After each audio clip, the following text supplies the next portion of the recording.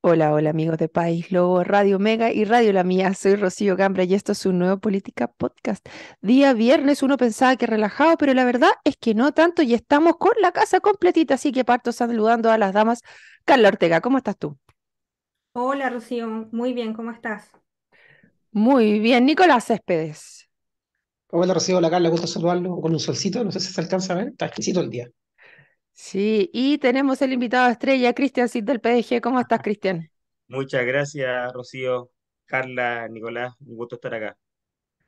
Oye, debo partir por anunciar que hoy día es 25 y se celebra el día de Terminemos con la violencia hacia las mujeres. Así que un pequeño segundo para conmemorar los esfuerzos de erradicar la violencia hacia la mujer y que todos vayamos en esa misma línea de concientizar y visibilizar este tema porque lamentablemente todavía seguimos teniendo femicidios y eso, muy terrible. Así que mínimo un minuto para hacernos cargo de este tema.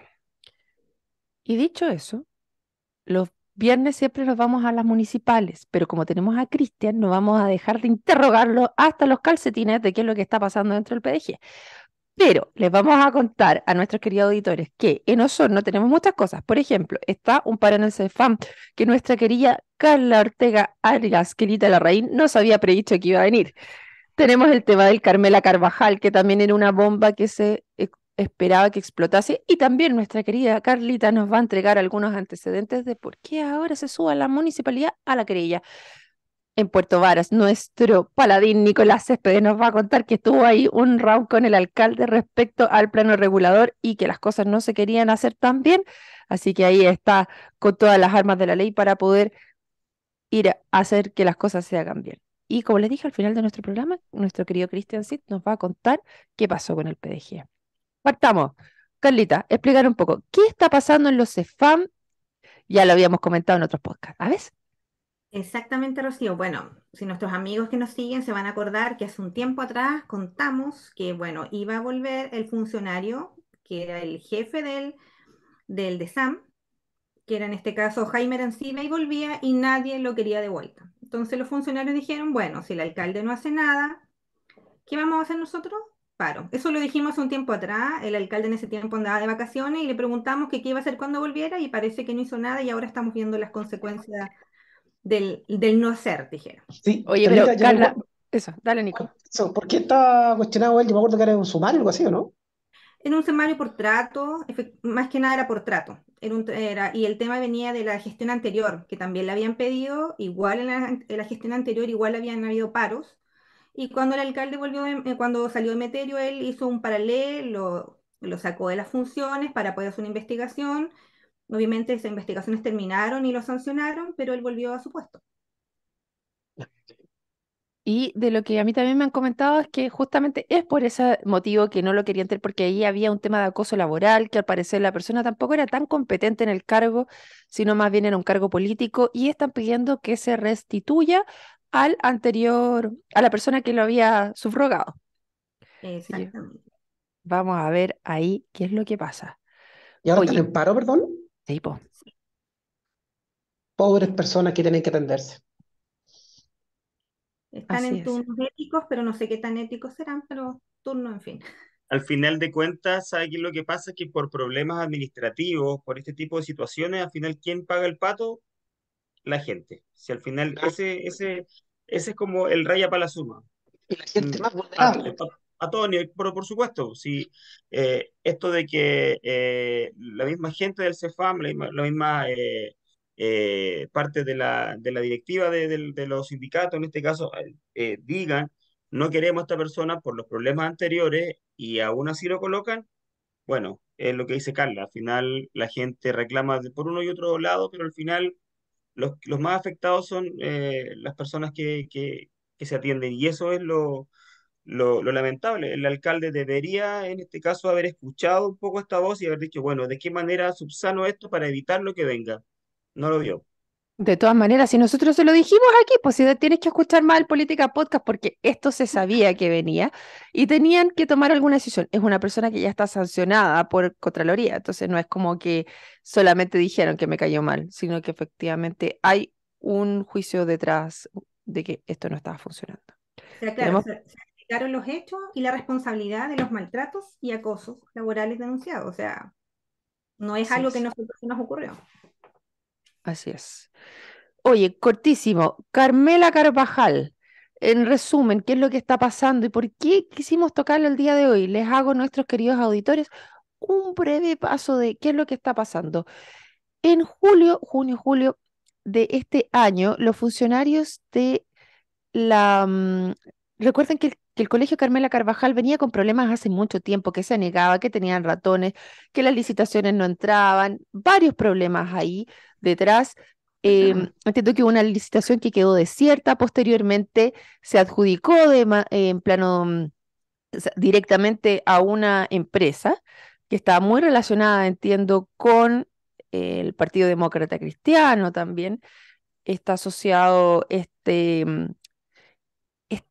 ¿cómo sería? Este refresh que tenía que hacerse el Carmela Carvajal. El problema está en que no se estaban pagando los sueldos de los funcionarios que estaban a cargo de hacer este punto y la empresa dijo, es que no tengo más plata para poder seguir, por lo tanto se le pidió al Gore que aumentara el presupuesto en 2.000 millones, la empresa lo tomó y después se declaró en quiebra. Posterior a eso, eh, el Gore se querella contra la empresa. Ahí, la verdad, no he podido entrar más en detalles, alguno tiene, por falsificación de instrumento público. Y ahí me quedó la duda, ¿ah? Yo no sé si ustedes tienen más antecedentes, Nico, Carla, respecto a eso.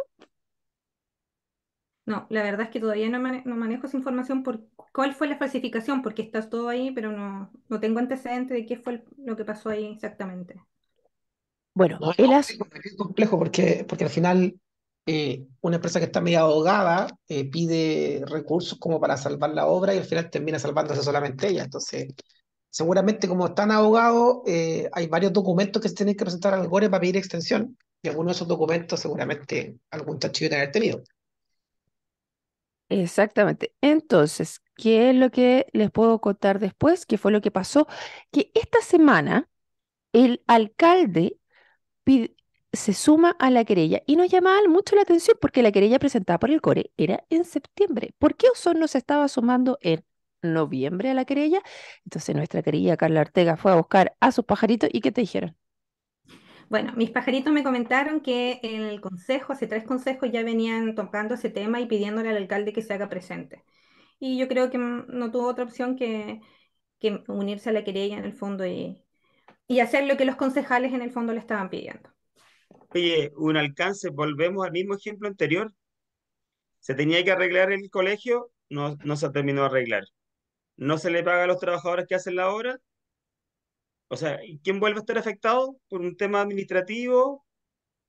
Volvemos a lo mismo. Los estudiantes, el colegio en este caso, los estudiantes y obviamente los trabajadores que hacen la obra. O sea, Claro, y ya los llevamos papás que dos no en pueden la... tener los estudiantes. ¿Ah? Y los papás que no pueden tener a sus hijos en los colegios, tienen que tenerlo en la casa, no pueden ir a trabajar. Y eso hay un montón de consecuencias de algo tan absurdo. Es como el ejemplo del alcalde de Sucupira. O sea, está preocupado del cementerio, del cementerio, del cementerio y el pueblo se está cayendo a pedazos. Entonces, a mí me da esa impresión con el alcalde Meterio, que cuando yo también era CNMI, también lo veía, era Ya. muy amable en el tono, era muy ponderado pero se mueve como un tanque a pedales. O sea, ya tiene que estar muy presionado como para tomar una decisión. Navega, navega, navega, navega, pero no tiene ningún rumbo. Entonces eso se nota en su gestión. En cosas como estas, por ejemplo, si los concejales, o sea, si el CORE tenía la querella hace ya bastante tiempo y los concejales después de 3 consejos, o sea, hace de parte de, pues habla con tu área jurídica y ¿sabes qué? Analiza esto de inmediato, toma una decisión. Eso no está en nosotros, se está como perdiendo esa gestión y uno esperaría que llegara una autoridad que tome decisiones mucho más rápidas. O por lo menos que en el tiempo que tiene todavía de su gestión antes de empezar a hacer campaña, porque recordemos que el último año todos los alcaldes brillan y empiezan a cortar cintas y andan súper bien. Pero aquí, hasta que no sea momento de elecciones propiamente tal, esperamos que empiece a mejorar su gestión porque está bastante deficitaria. Y uno, lamentablemente debo decirlo, esperaría más de alguien que fue concejal durante tanto tiempo y que viene como sucesor del alcalde anterior, donde se supone que son los mismos equipos que están todavía. Por lo tanto, ¿por qué no estaría funcionando el tema así? Antes, con Bertín ya los equipos están aceitados, diríamos, ¿no lo creen? Sí, porque el equipo jurídico es el mismo que tenía el alcalde Bertín, no se cambió nadie. Ellos ya manejan el tema. Yo creo que el Claro, Vicky... perdón, la ciudad se empieza a complejizar porque llegan más personas, empiezan a crecer los problemas, hay más problemas de habitacional, hay más problemas de transporte, hay más problemas de seguridad, está el tema de la inflación, está un gobierno que también está ahí aplicando algunas cosas en algún lado, para otro no. Entonces hay hartas más incertezas que el periodo donde estaba Bertín, eso es verdad, le ha sido más difícil de lo que era antes, pero Bertín por lo menos tomaba decisiones drásticas. Me acuerdo de la pelea que tuvo con esta persona que tenía este juego casino en la plaza, que lo canceló, ¿no? Tal Entonces cual. había un tema, una querella con unos casinos que estaban en la esquina que le quitó un permiso para no funcionar así duro Bueno, y se ahora fue en estaba mala con él. cerrado. Ya, pues, entonces, pero son decisiones que tienen un alto riesgo político, y eso es lo que yo no veo en Emeterio, no tiene riesgo político. Por favor, no correr el mínimo riesgo posible dentro de mi cargo. Eso Pasar como que se soplado. nota. Se nota, pero desde Puerto Vara. Buen punto. Oye, a propósito de Puerto Vara, y antes que nos vayamos, nuestros queridos amigos, yo sé que quieren saber qué pasa con el PDG, pero no puedo no saber. Nicolás, ¿cómo te fue el martes pasado? Tú hiciste la invitación aquí, el viernes, a que se sumaran a conversar, a ir a esta reunión. ¿Cuánta gente llegó y qué nos cuentas? A ver. Sí, lo que pasa es que en el gobierno de Bahamondes anterior, se hizo un plan regulador que venía desde Berger, desde el anterior, del anterior del anterior. Entonces el plan regulador llevaba casi 10 años en proceso, y todo esto está bien normado, hay una estructura bien, como una guía de paso a paso. Y hay muchos alcaldes que esa guía no se la leen, no la conocen o simplemente se la saltan porque requiere tener más inversión en el proceso. Y se aprobó esto a la mala, diría yo, porque a mí como Seremi en esa época me preguntaron, yo revisé el plan regulador y tenía problemas estructurales graves. Servio lo revisó, problemas estructurales graves. Mimbu lo revisó, que Mimbu es un componente súper importante en los planes reguladores, también emitió reclamo grave y el municipio de la época no consideró absolutamente nada. Así que hizo una jugada política, habló con el Consejo Municipal aprobó este plan regulador pasó al gobierno regional, lo mismo el gobierno regional, yo fui a exponer, hablé con un montón de cores con los problemas que habían, tampoco los cores que me escucharon a mí votaron, se abstuvieron de votar, pero pasó también el gobierno regional políticamente, llegó la Contraloría y obvio, llegó la Contraloría, se puso a revisar, 102 observaciones, de vuelta. Una de esas observaciones, que era la más grave, era que el resultado de este plan regulador se había llegado a este resultado sin aplicar la metodología como corresponde. No se le había preguntado a las personas, no había la cantidad de participación ciudadana posible, y todo un tema que se cerró en una ideología de lo que era el planificador urbano de esa época. O sea, tengamos una costanera lisa, sin edificio, tengamos esto acá, saquemos esta calle porque la queremos para que la gente camine. O sea, una mentalidad en particular de una visión de ciudad de una persona y no de la ciudad entera. Entonces hubo muy poca participación y se notó, así que este alcalde tomó las observaciones, él no tiene culpa de lo que pasó antes, pero teniendo una oportunidad de arreglar esto, está haciendo todo lo contrario. ¿En qué sentido? En que el resultado del plan regulador no es el bueno porque hay que escuchar a las personas para hacer las modificaciones que nos hicieron. Entonces, él parte de la reunión diciendo, mira, si hay modificaciones donde se grabe el suelo, vamos a tener que volver atrás. Así que esas no las vamos a ver solamente la otra. Y condiciona la reunión de inmediato. ¿Para qué? Para no volver atrás en el tiempo y seguir avanzando con el proceso. Entonces ahí aparecí yo, apareció el exdirector del Servio, apareció un abogado connotado en Puerto Vara, hablando de qué está diciendo. O sea, esta reunión justamente es para corregir lo que no se hizo. Y si hay observaciones que hay que tomar y cambiar cosas en el plan regulador, hay que hacerlas. O sea, una costanera con una altura máxima de 3 pisos, no sé de qué desarrollo estamos hablando. Hoy día hay edificios de 8 pisos, que es una altura decente donde la gente puede vivir, y además el mismo alcalde alega al gobierno central por el tema de las parcelas. Entonces, si no quiero vivir, no me dejan vivir en el centro y no me dejan vivir en las parcelas, en el fondo no quieren que viva en Puerto Vara. O sea, están como que no venga más gente. ¿Ah? Ese es como el mensaje que se está dando.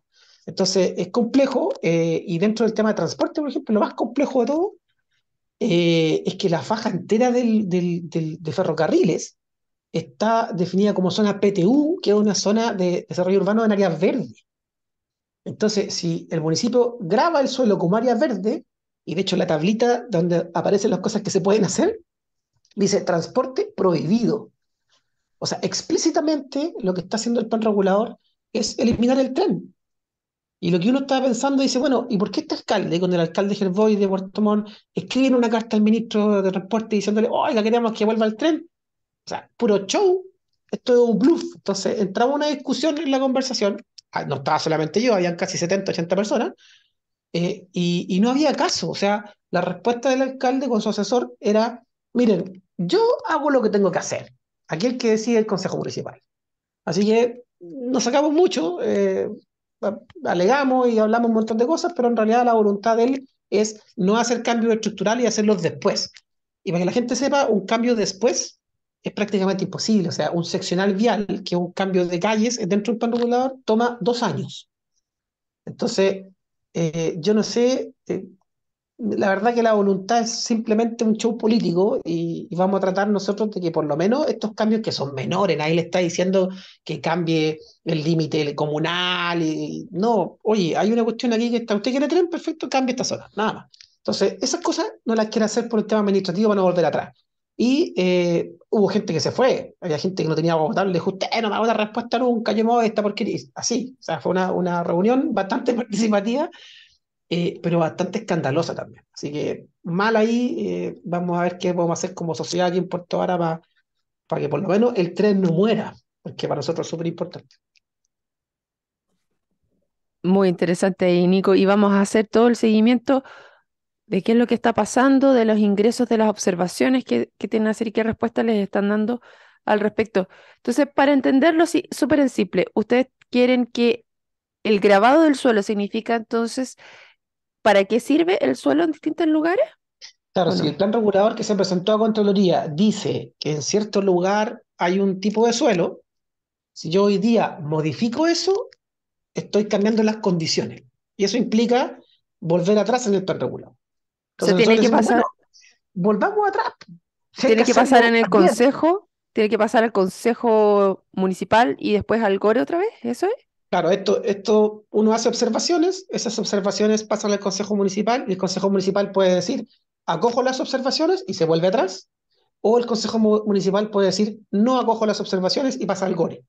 Entonces, lo que nosotros queremos es que el alcalde tenga la voluntad política de mostrar esto como realmente es un problema. Porque si yo llego con las observaciones el día de la reunión de la votación y le paso una minuta a los concejales, ¿qué van a hacer los concejales? Van a leer la cuestión y van a decir, ah, pero... O sea, de hecho, en la reunión Nicolás, no una había ni un pre- concejal. Nico, una pregunta, pero ¿y según tú, en qué momento alguien tenía que haberse dado cuenta de que en este caso este suelo grabado, ¿cierto? Indicaba que estaba prohibido, en este caso, El tren. el paso del tren? Eso No, me gustaría. mira, hace 3 años más o menos nosotros mandamos el oficio al alcalde anterior. El alcalde anterior al anterior, la Secretaría de Planificación y Transporte, le mandó un oficio diciéndole, señor, usted no ha hecho el estudio de capacidad vial. El estudio de Ya. capacidad vial es ver si es que las calles que están proyectadas en el plan regulador aguantan o no el flujo de toda esa gente que va a vivir. Y eso se hace con un modelo, no se hace así como al ojo. Y eso no está hecho. Y ellos dicen, bueno, la norma no me obliga a hacerlo porque todavía no está listo el decreto, no sé, algo así, pero no lo hicieron. Entonces, esto se viene pateando hace casi 10 años, y este alcalde lo vuelve a patear. Entonces, ¿para qué me voy a meter en problemas? Sabiendo que tiene el plan maestro de transporte que está en el proceso de licitación, el plan maestro Guayuvia que está casi terminado. Entonces, ¿qué haría yo? ¿Qué haría alguien en la lógica del ser humano? Hacer las participaciones ciudadanas, recoger las observaciones, juntarme con el plan maestro de agua lluvia, juntarme con el plan de transporte y armar un plan regulador que quede redondo. Y eso no lo va a hacer, eso lo va a hacer así como está nomás y después lo va a modificar a ver qué pasa. Y claro, pues si de aquí a que este plan regulador se apruebe, supongamos que no recepcionan ninguna de las observaciones, van a pasar 2 años, un año y medio, y a esa altura la alcaldía no va a estar. En teoría, porque se puede reelegir por 2 periodos más. Ah, pero perdón, en este periodo, no, que no creo que esté, Sí. no, pero igual. Oye, nos quedan solo 5 minutos de programa y tengo que preguntarle a Cristian. Cristian, ¿qué pasó con el PDG? ¿Se quebró? ¿No se quebró? ¿Lo que no te mata te hace más fuerte? ¿Cómo vamos? Recordémosle a nuestros auditores que hubo un tremendo problema dentro del PDG porque la bancada no estaba alineada. Algunos diputados votaron diferente a lo que habían acordado como bancada, los acuerdos iniciales de que iba Carol Cariola, y finalmente terminan votando, entiendo que 6 por la propuesta de la oposición que llevaba a el diputado de la ADC como presidente de la Cámara versus Vlado Mirosevic, que dos diputados del PDG votaron a favor. ¿Qué pasó y en qué están? Sí, bueno, primero que nada, esto viene un poquito de antes, en la primer acuerdo administrativo en marzo de este año. eh, el PDG conversó tanto con la derecha como con el oficialismo, y en este caso, a través de las comisiones que se llegaron a acordar, el PDG se inclinó hacia el oficialismo y por eso los 6 diputados votaron, en este caso, por el lado de la izquierda, obteniendo en el primer periodo 3 comisiones, que fue la Comisión de Minería, Desarrollo Social y Deportes. Luego venía esta segunda votación, donde la idea era haber mantenido el acuerdo, pero ahí obviamente ya empiezan esta política, esta cocina que le llaman, ¿cierto? Que se estipula tanto y de la cual yo he sido bastante crítico de decir la cocina, porque con respeto a todos los chefs y a los cocineros y a las manipuladoras de alimentos, porque pucha que cocinan rico, y aquí lamentablemente en la política nacional se hacen cosas que son truchas y de las cuales nosotros nos queremos alejar, ingresamos a la política precisamente para evitar eso, pero lamentablemente también hay ciertos sectores, ¿cierto?, que son bastante importantes dentro de la política tradicional, y ahí obviamente tuvimos un quiebre porque en este caso algunos diputados estaban conversando con la derecha, otros preferían mantener el acuerdo administrativo, se produce este quiebre que es innegable, ¿cierto? Y desde ahí, bueno, obviamente que hemos tenido una fractura que es a nivel de bancada, porque las bases están como muy claras. Las bases obviamente son las que dicen, no queremos ni izquierda ni derecha, queríamos un proyecto, levantar el centro definitivamente, pero ahí es donde obviamente se producen estas divisiones y bueno, estamos tratando de poder llegar a los puntos de acuerdo. De hecho, toda esta semana, el día domingo, estuvimos en reuniones con los adherentes en el norte. Ayer mismo estuvimos con 6 regiones, con militantes de Magallanes, Aysén, Los Lagos, Los Ríos, Araucanía, Biobío, y con presencia de los parlamentarios también que hoy día están en esta situación. Y ahí conversando de qué manera poder destrabar estos problemas, porque definitivamente no son los problemas que le interesan a la gente necesita soluciones con el tema de delincuencia, con el tema, ¿cierto?, de la inflación misma, proyectos de ley que vayan, ¿cierto?, al alcance o al bolsillo de las personas. Y hoy día nos hemos quedado un poquito trabados con esto, de estos problemas políticos que, como vuelvo a decir, es lo que a la gente los aleja, y obviamente estamos pidiéndole a los parlamentarios que realmente se centren en lo que se tienen que centrar. Así que vamos con hartas reuniones para que esto obviamente se pueda levantar. Y lo estamos tomando de la mejor manera como una opción de crecimiento. Nos ha servido obviamente para volver a reencontrarnos. Seguimos siendo el partido más grande de Chile, pero obviamente esto está demasiado bonito como para ser cierto. Entonces llegamos a la realidad, ¿cierto?, de la política que existe, y bueno, hemos estado conversando, como digo, con los parlamentarios para que de alguna vez se levante esto de nuevo y vuelva a crecer. Así que en ese proceso estamos. ¿Y qué pasó con los diputados que votaron en... Entonces, sí, siguen siendo el más numeroso entonces.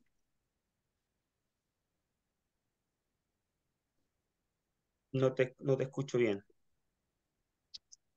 ¿Qué pasó con los diputados que votaron en contra? Los diputados que votaron en contra, tú hablas de los diputados que votaron por Vlado, ¿sí? Exacto. Ya, lo que pasa es que en definitiva lo que se conversa es que nunca en el interior de la bancada hubo un acuerdo tan tácito de decir vamos a votar por la derecha. Inicialmente se había levantado la propuesta de el diputado Víctor Pino de presentarse como presidente, a lo cual hubieron parlamentarios dentro de la bancada que no era que no quisieran que esté Víctor Pino, sino que consideraban que no era adecuado que en este segundo periodo el PDG ya lleve una presidencia de Cámara por la inexperiencia política que existe.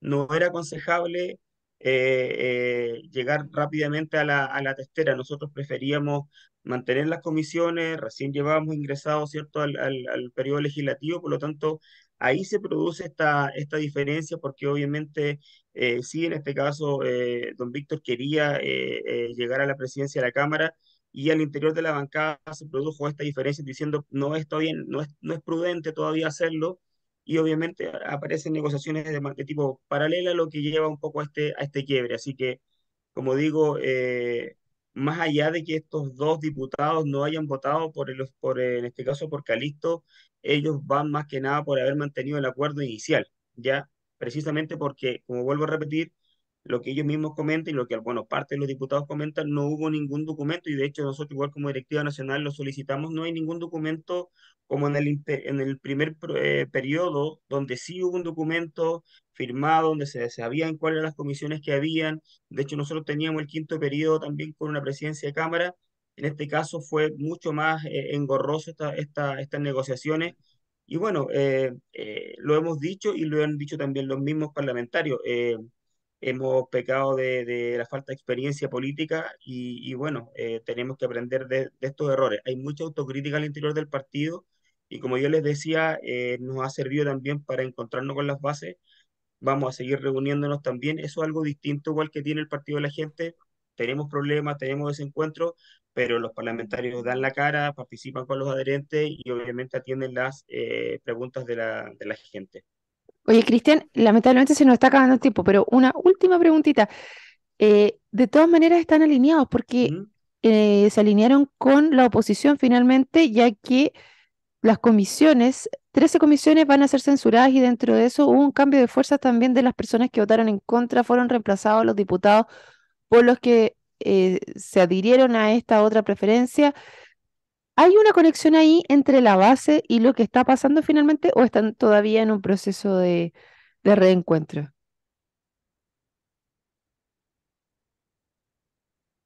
Hay un proceso de reencuentro. La verdad que esto de censurar las mesas, esto es como ganar el gallito por debajo. Entonces, nosotros queríamos una política que sea distinta.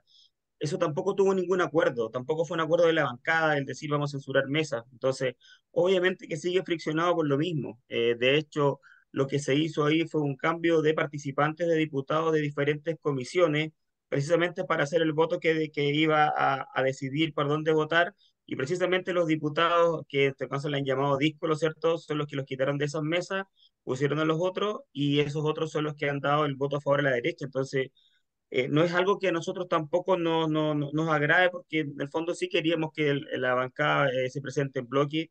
Yo personalmente he hablado con ellos y lo digo con mucha transparencia. Para mí los seis fallaron, los seis cometieron los errores, ¿cierto? Porque no se pudieron poner de acuerdo, y de nuestra parte como directiva nacional también tenemos nuestra cuota de responsabilidad también. Por lo tanto, ha sido todo un retroceder un poco en el dónde nos caímos, ¿cierto? Dónde nos equivocamos, y nada, o sea, en el fondo, nuestro primer año de periodo legislativo pasa por estas fricciones, pero necesitamos obviamente levantarnos, como le ha pasado a tantos otros partidos políticos también, y que bueno, como digo, como dije en un comienzo, esto estaba tan bonito, 47.000 adherentes, 6 diputados, 22 cores, que obviamente algo tenía que ocurrir. Y también no puedo dejar de no decir que igual debe andar una mano negra por ahí, ¿cierto? Que quiere apropiarse el partido de la gente, porque obviamente que nos ha costado tanto poderlo levantar, y con el esfuerzo de las personas. Por eso que a mucha gente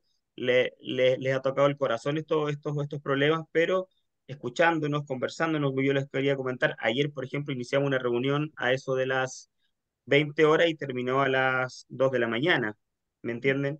Juntándonos con todos a los adherentes de todo aquí el bloque sur y con los parlamentarios presentes. Por lo tanto, nos estamos reencontrando, como tú dices, Rocío. Me gustó esa palabra. Me parece muy bien, hay que aprender en política, la verdad es que es bastante complejo cuando se llegan a estas lides. Queridos amigos, Carla Ortega, Nicolás Céspedes, Cristian Cid, estamos requete contrapasados, queridos auditores, todos los que se sumaron a esta conversación, obviamente les agradecemos y nos encontraremos el día lunes en otro Política Podcast. Chao, chao. Chao. Chao. Chao, muchas gracias.